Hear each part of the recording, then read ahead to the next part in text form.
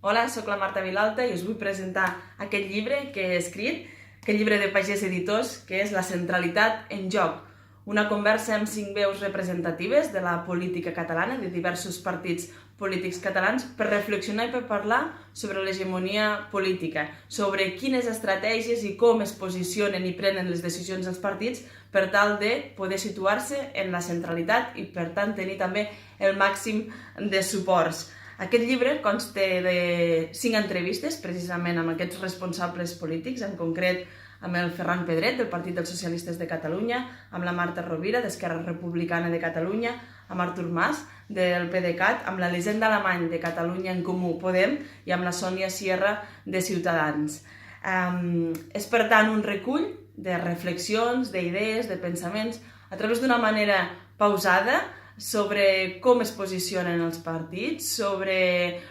com treballen per tal d'aconseguir fer-se amb aquesta centralitat política i amb la voluntat de fer-ho de forma pausada i reflexiva i de sortir d'aquest soroll i de la incertesa immediata en la que vivim i, per tant, poder posar les llums llargues i mirar una miqueteta més enllà. Espero que us agradi.